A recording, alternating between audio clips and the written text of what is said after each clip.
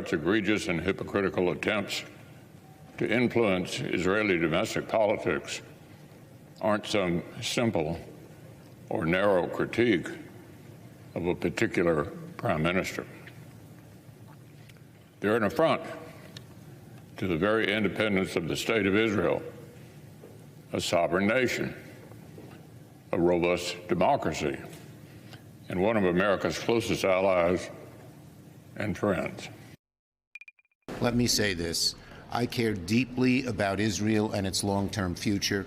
When you make the issue partisan, you hurt the cause of helping Israel. A specific accusation that you are interfering in a foreign election. You should not show any distance between the United States and a close ally at a time of war. That's what Republicans are saying. Well, let me say this. I gave this speech out of a real love for Israel. And if you read the speech, we called only for there to be an election after the hostilities had declined, after Hamas was defeated.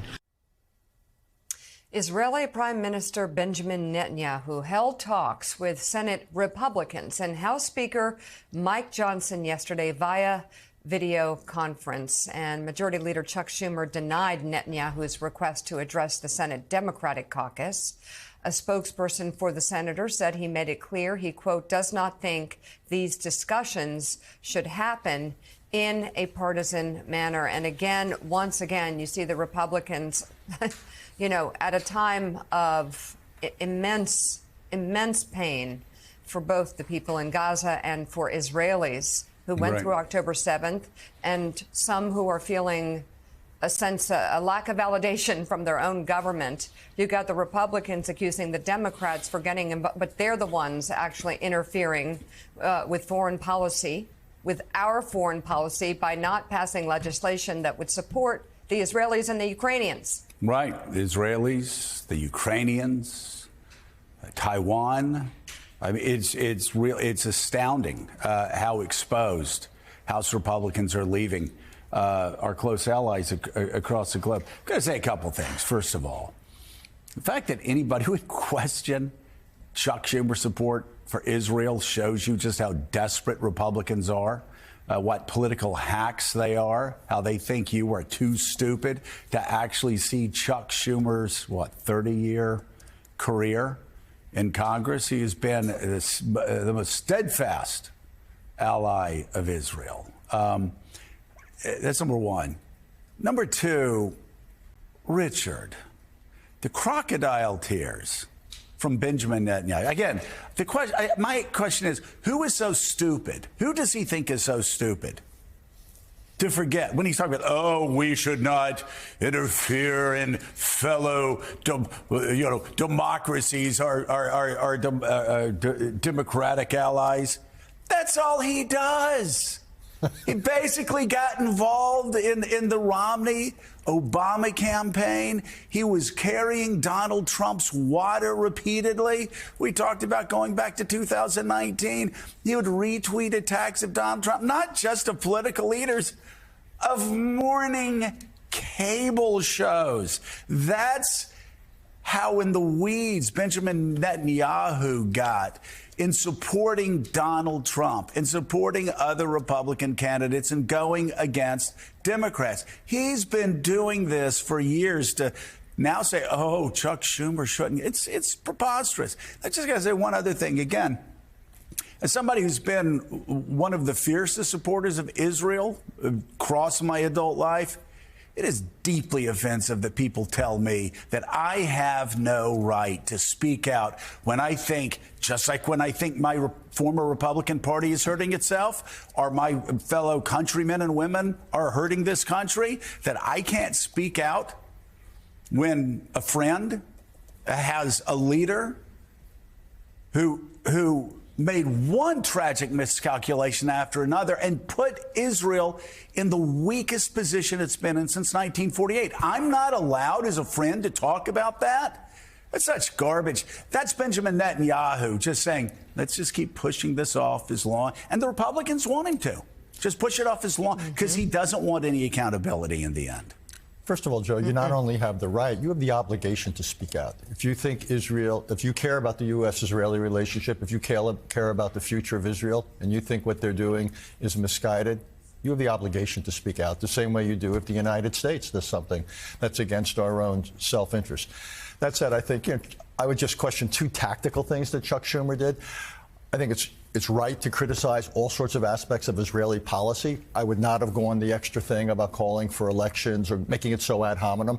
The Israelis have made mistakes, including right now. They still have no political answer to what comes next in Gaza or the West Bank. You can't pursue this policy with military means only. I would keep the focus on that. And I would have called Netanyahu's bluff.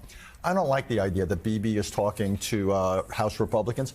Why not then have the Democrats say, okay, let's have a conversation and let's challenge Bibi on everything that he is doing. Let's challenge him on the lack of aid going into Gaza.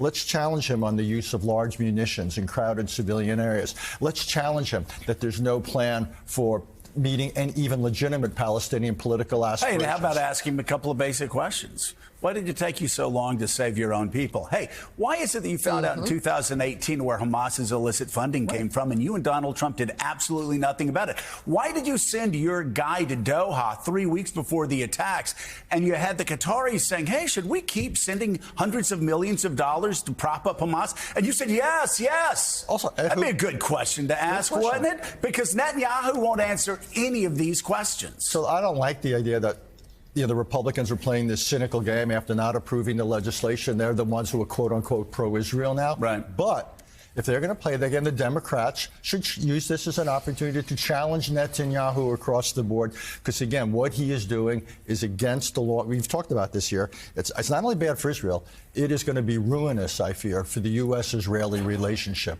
And that is in neither country's self-interest. And again, what people don't realize, and I guess these Republicans don't realize it, maybe they don't talk to anybody, the clock is ticking.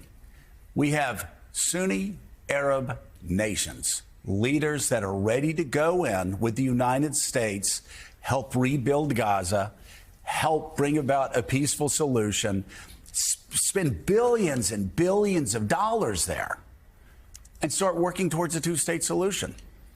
That clock's ticking. The Biden White House knows it. Democrats know it. I guess Republicans don't know it. But Maura, this is, campaigns are about contrasts.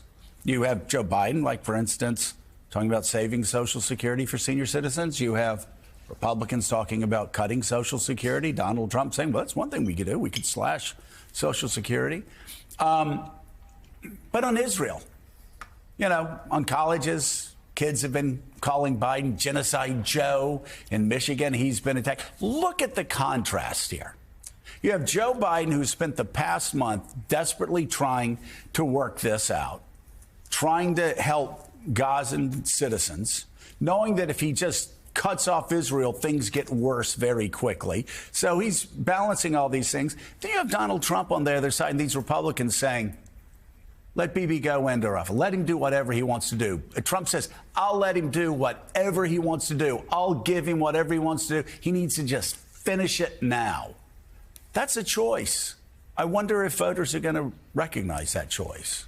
Well, tactically, from a diplomatic standpoint, I can't speak to Chuck Schumer's decision to go as far as he did. But what I can say is that it's clear from an American political perspective that holding, and just a moral perspective, holding Bibi Netanyahu to account, asking the tough questions, is important as an ally of Israel. It's important for the United States to do.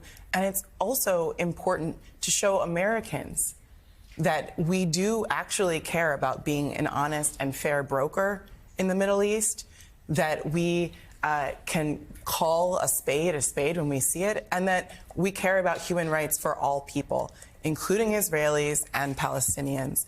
And I think that it's important, too, to say to American voters, we hear you. A lot of younger voters are very upset, understandably, seeing the deaths of Palestinian children. And they want to know that Bibi Netanyahu, that those Israeli policies are being held to account. They're not necessarily anti-Israel. So, I actually think that it wasn't a crazy move. And I think what Bibi is doing is extremely cynical. But that's what we should expect. That's what he does.